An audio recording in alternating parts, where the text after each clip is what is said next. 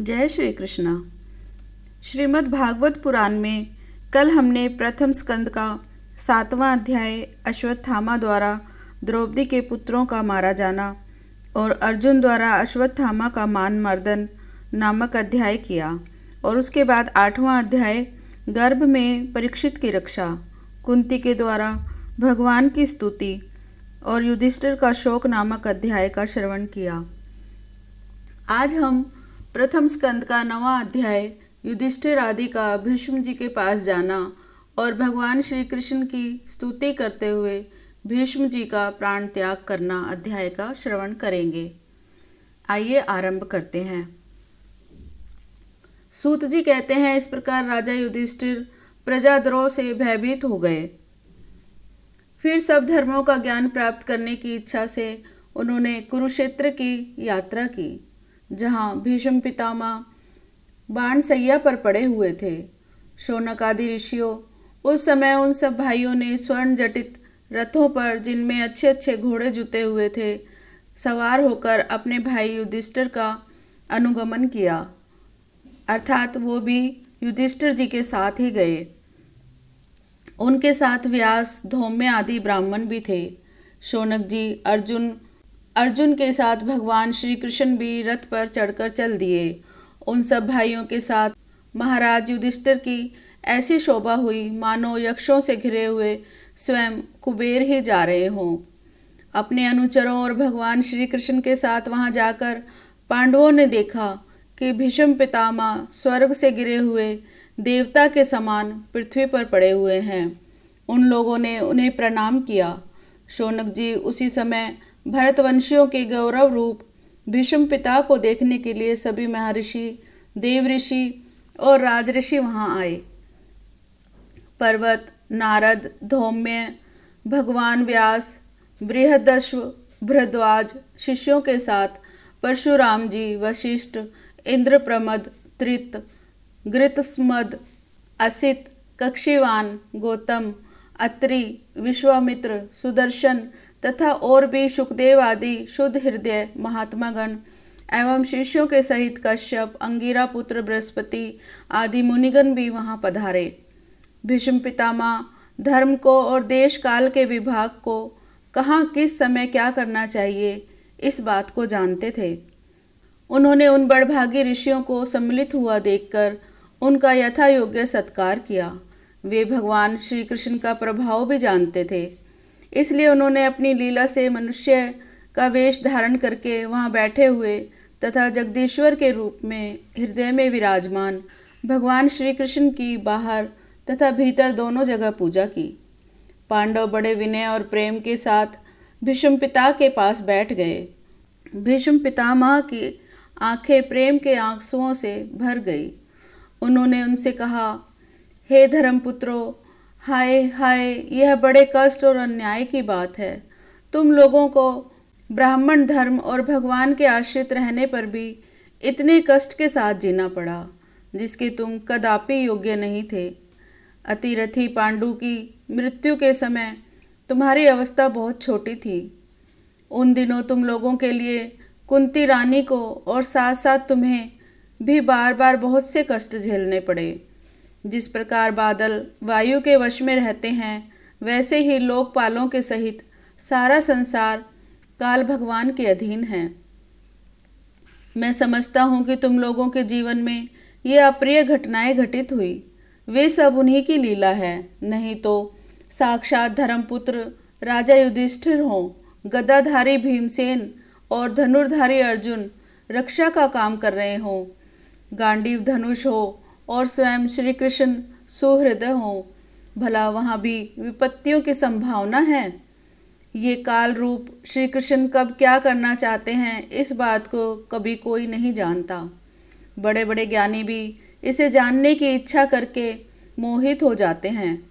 युधिष्ठिर, संसार की ये सब घटनाएं ईश्वर इच्छा के अधीन हैं। उसी का अनुसरण करके तुम इस अनाथ प्रजा का पालन करो, क्योंकि अब तुम ही इसके स्वामी और इसके पालन करने में समर्थ हो। ये श्री कृष्ण साक्षात भगवान हैं। ये सबके आदि कारण और परम पुरुष नारायण हैं। अपनी माया से लोगों को मोहित करते हुए ये यदुवंशियों में छिपकर लीला कर रहे हैं। इनका प्रभाव अत्यंत गूढ़ और रहस्यमय है। युधिष्ठिर उसे भगवान शंकर, देवऋषि नारद और स्वयं भगवान कपिल ही जानते हैं, जिन्हें तुम अपना ममेरा भाई, प्रिय मित्र और सबसे बड़ा हितैषी मान रहे हो, जिन्हें तुम प्रेमवश अपना मंत्री, दूत और सारथी तक बनाने में संकोच नहीं करते, वे स्वयं परमात्मा हैं। इन सर्वात्मा, समदर्शी, अद्वितीय, अहंकार रहित और निष्पाप परमात्मा में उन ऊंचे नीचे क्योंकि कारण कभी किसी प्रकार की विषमता नहीं देखता। युधिष्ठिर इस प्रकार सर्वत्र सम होने पर भी देखो तो सही, वे अपने अनन्य प्रेमी भक्तों पर कितनी कृपा करते हैं। यही कारण है कि ऐसे समय में, जबकि मैं अपने प्राणों का त्याग करने जा रहा हूँ, इन भगवान श्री कृष्ण ने मुझे साक्षात दर्शन दिया है। भगवत परायण योगी पुरुष भक्ति भाव से इनमें अपना मन लगाकर और वाणी से इनके नाम का कीर्तन करते हुए शरीर का त्याग करते हैं और कामनाओं से तथा कर्म के बंधन से छूट जाते हैं। वे ही देव भगवान अपने प्रसन्न हास्य और रक्त कमल के समान अरुण नेत्रों से, उल्लासित मुख वाले चतुर्भुज रूप से, जिसका और लोगों को केवल ध्यान में दर्शन होता है, तब तक यहीं स्थित रहकर प्रतीक्षा करें जब तक मैं इस शरीर का त्याग न कर दूं। सूत जी कहते हैं, युधिष्ठिर ने उनकी यह बात सुनकर शरशैया पर सोए हुए भीष्म पितामह से बहुत से ऋषियों के सामने ही नाना प्रकार के धर्मों के संबंध में अनेकों रहस्य पूछे। तब तत्ववेता भीष्म पितामह ने वर्ण और आश्रम के अनुसार पुरुष के स्वाभाविक धर्म और वैराग्य तथा राग के कारण विभिन्न रूप से बतलाए हुए निवृत्ति और प्रवृत्ति रूप द्विविध धर्म, दान धर्म, राजधर्म, मोक्ष धर्म, स्त्री धर्म और भगवत धर्म में इन सब का अलग अलग संक्षेप और विस्तार से वर्णन किया। शौनक जी इनके साथ ही धर्म, अर्थ, काम और मोक्ष, इन चारों पुरुषार्थों का तथा इनकी प्राप्ति के साधनों का अनेकों उपाख्यानों और इतिहास सुनाते हुए विभाग अनुसार वर्णन किया। भीष्म पितामह इस प्रकार का धर्म का प्रवचन कर ही रहे थे कि वह उत्तरायण का समय आ पहुंचा, जिसे मृत्यु को अपने अधीन रखने वाले भगवत परायण योगी लोग चाहा करते हैं। उस समय हजारों रथियों के नेता भीष्म पितामह ने वाणी का संयम करके मन को सब ओर से हटाकर अपने सामने स्थित आदि पुरुष भगवान श्री कृष्ण में लगा दिया।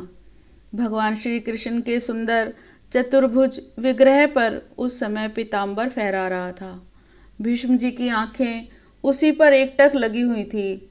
उनको शस्त्रों की चोट से जो पीड़ा हो रही थी, वह तो भगवान के दर्शन मात्र से ही दूर हो गई तथा भगवान की विशुद्ध धारणा से उनके जो कुछ अशुभ शेष थे, वे भी सब नष्ट हो गए। अब शरीर छोड़ने के समय उन्होंने अपने समस्त इंद्रियों के वृत्ति विलास को रोक दिया और बड़े प्रेम से भगवान की स्तुति की। भीष्म जी ने कहा, अब मृत्यु के समय अपनी यह बुद्धि, जो अनेक प्रकार के साधनों का अनुष्ठान करने से अत्यंत शुद्ध और कामना रहित हो गई है, यदुवंश शिरोमणि अनंत भगवान श्री कृष्ण के चरणों में समर्पित करता हूँ, जो सदा सर्वदा अपने आनंदमय स्वरूप में स्थित रहते हुए भी कभी विहार करने की, लीला करने की इच्छा से प्रकृति को स्वीकार कर लेते हैं, जिससे यह सृष्टि परंपरा चलती है। जिनका शरीर त्रिभुवन सुंदर एवं श्याम तमाल के समान सांवला है, जिस पर सूर्य रश्मियों के समान श्रेष्ठ पीताम्बर लहराता रहता है और कमल सदृश मुख पर घुंघराली अलकें लटकती रहती हैं, उन अर्जुन सखा श्री कृष्ण में मेरी निष्कपट प्रीति हो। मुझे युद्ध के समय की उनकी वह विलक्षण छवि याद आती है। उनके मुख पर लहराते हुए घुंघराले बाल घोड़ों की टापों की धूल से मटमैले हो गए थे और पसीने की छोटी छोटी बूंदें शोभायमान हो रही थी। मैं अपने तीखे बाणों से उनकी त्वचा को बींध रहा था। उन सुंदर कवच मंडित भगवान श्री कृष्ण के प्रति मेरा शरीर, अंतःकरण और आत्मा समर्पित हो जाए। अपने मित्र अर्जुन की बात सुनकर जो तुरंत ही पांडव सेना और कौरव सेना के बीच में अपना रथ ले आए और वहां स्थित होकर जिन्होंने अपनी दृष्टि से ही शत्रु पक्ष के सैनिकों की आयु छीन ली, उन पार्थ सखा भगवान श्री कृष्ण में मेरी परम प्रीति हो। अर्जुन ने जब दूर से कौरवों की सेना के मुखिया हम लोगों को देखा, तब पाप समझकर वह स्वजन के वध से विमुख हो गया। उस समय जिन्होंने गीता के रूप में आत्म विद्या का उपदेश करके उसके सामायिक अज्ञान का नाश कर दिया, उन परम पुरुष भगवान श्री कृष्ण के चरणों में मेरी प्रीति बनी रहे। मैंने प्रतिज्ञा कर ली थी कि मैं श्री कृष्ण को शस्त्र ग्रहण कराकर छोड़ूंगा। उसे सत्य एवं ऊंची करने के लिए उन्होंने अपनी शस्त्र ग्रहण न करने की प्रतिज्ञा तोड़ दी। उस समय वे रथ से नीचे कूद पड़े और सिंह जैसे हाथी को मारने के लिए उस पर टूट पड़ता है, वैसे ही रथ का पहिया लेकर मुझ पर झपट पड़े। उस समय वे इतने वेग से दौड़े कि उनके कंधे का दुपट्टा गिर गया और पृथ्वी कांपने लगी। मुझ आताताई ने तीखे बाण मार मार कर उनके शरीर का कवच तोड़ डाला था, जिससे सारा शरीर लहूलुहान हो रहा था। अर्जुन के रोकने पर भी वे बलपूर्वक मुझे मारने के लिए मेरी ओर दौड़े आ रहे थे। वे ही भगवान श्री कृष्ण जो ऐसा करते हुए भी मेरे प्रीति, अनुग्रह और भक्तवत्सलता से परिपूर्ण थे, मेरी एकमात्र गति हो, आश्रय हो।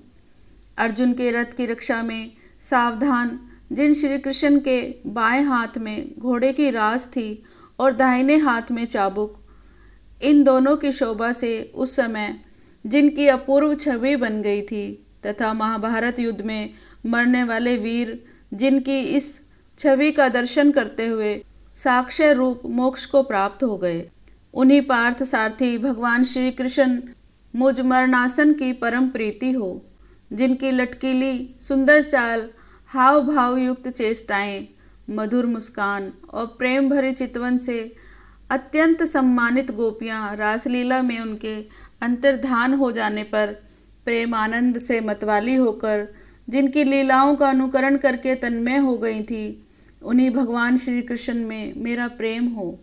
जिस समय युधिष्ठिर का राजसु यज्ञ हो रहा था, मुनियों और बड़े बड़े राजाओं से भरी हुई सभा में सबसे पहले सबकी ओर से इन्हीं सबके दर्शनीय भगवान श्री कृष्ण की मेरी आँखों के सामने पूजा हुई थी। ये ही सबके आत्मा प्रभु आज इस मृत्यु के समय मेरे सामने खड़े हैं। जैसे एक ही सूर्य अनेक आँखों से अनेकों रूप में दिखते हैं, वैसे ही अजन्मा भगवान श्री कृष्ण अपने ही द्वारा रचित अनेक शरीरधारियों के हृदय में अनेक रूप में जान पड़ते हैं। वास्तव में तो वे एक और सबके हृदय में विराजमान हैं ही। उन्हीं इन भगवान श्री कृष्ण को मैं भेद भ्रम से रहित होकर प्राप्त हो गया हूँ। सूत जी कहते हैं, इस प्रकार भीष्म पितामह ने मन, वाणी, दृष्टि की वृत्तियों से आत्म स्वरूप भगवान श्री कृष्ण में अपने आप को लीन कर दिया। उनके प्राण वहीं विलीन हो गए और वे शांत हो गए। उन्हें अनंत ब्रह्म में लीन जानकर सब लोग वैसे ही चुप हो गए, जैसे दिन के बीत जाने पर पक्षियों का कलरव शांत हो जाता है। उस समय देवता और मनुष्य नगारे बजाने लगे। साधु स्वभाव के राजा उनकी प्रशंसा करने लगे और आकाश से पुष्पों की वर्षा होने लगी। शौनक जी, युधिष्ठिर ने उनके मृत शरीर की अंत्येष्टि क्रिया कराई और कुछ समय के लिए वे शोक मग्न हो गए। उस समय मुनियों ने बड़े आनंद से भगवान श्री कृष्ण की उनके रहस्यमय नाम ले लेकर स्तुति की। इसके पश्चात अपने हृदय को श्री कृष्ण में बनाकर वे अपने अपने आश्रमों को लौट गए। इसके पश्चात भगवान श्री कृष्ण के साथ युधिष्ठिर हस्तिनापुर चले आए और उन्होंने वहां अपने चाचा धृतराष्ट्र और तपस्विनी गांधारी को ढांढस बंधाया। फिर धृतराष्ट्र की आज्ञा और भगवान श्री कृष्ण की अनुमति से समर्थ राजा युधिष्ठिर अपने वंश परंपरागत साम्राज्य का धर्मपूर्वक शासन करने लगे। इस प्रकार यह अध्याय यहीं समाप्त हुआ। ओम कृष्णाय नमः। कथा अभी जारी है।